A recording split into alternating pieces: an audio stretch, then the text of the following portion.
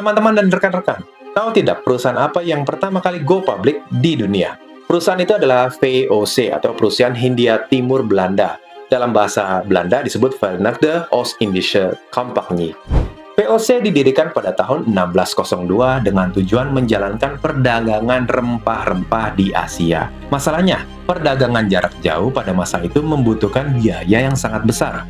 Membangun kapal, membayar awak kapal, membeli logistik, dan membiayai perjalanan berbulan-bulan ke Asia membutuhkan modal yang tidak sedikit. Lalu muncul sebuah ide untuk mengatasi masalah permodalan tersebut, yaitu VOC menawarkan kepemilikan perusahaannya atau saham perusahaannya kepada masyarakat.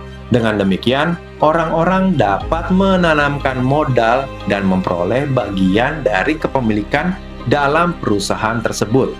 Dalam istilah modern, inilah yang sekarang kita kenal sebagai IPO atau Initial Public Offering, yang di Indonesia sering disebut penawaran umum perdana atau go public. Karena itu, VOC sering dianggap sebagai perusahaan pertama dalam sejarah yang menjual saham kepada masyarakat luas. Dan hasilnya luar biasa. VOC berkembang menjadi salah satu perusahaan paling kuat di zamannya.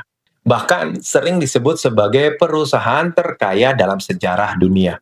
Menariknya, VOC bukan hanya perusahaan dagang biasa. VOC memiliki berbagai hak istimewa yang saat ini umumnya dimiliki oleh negara, seperti membuat perjanjian, membangun benteng, memiliki tentara sendiri, hingga mengelola wilayah tertentu.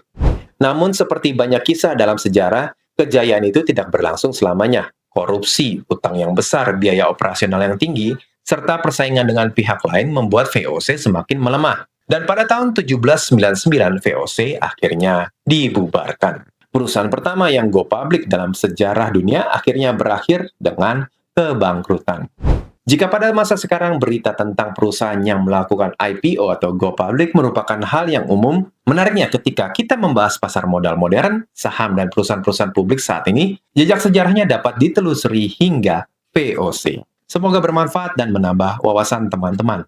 Apalagi fakta yang teman-teman ketahui tentang VOC? Coba tulis di kolom komentar dan bagikan kepada yang lain. Siapa tahu ada fakta menarik yang belum pernah didengar oleh teman-teman dan rekan-rekan lainnya.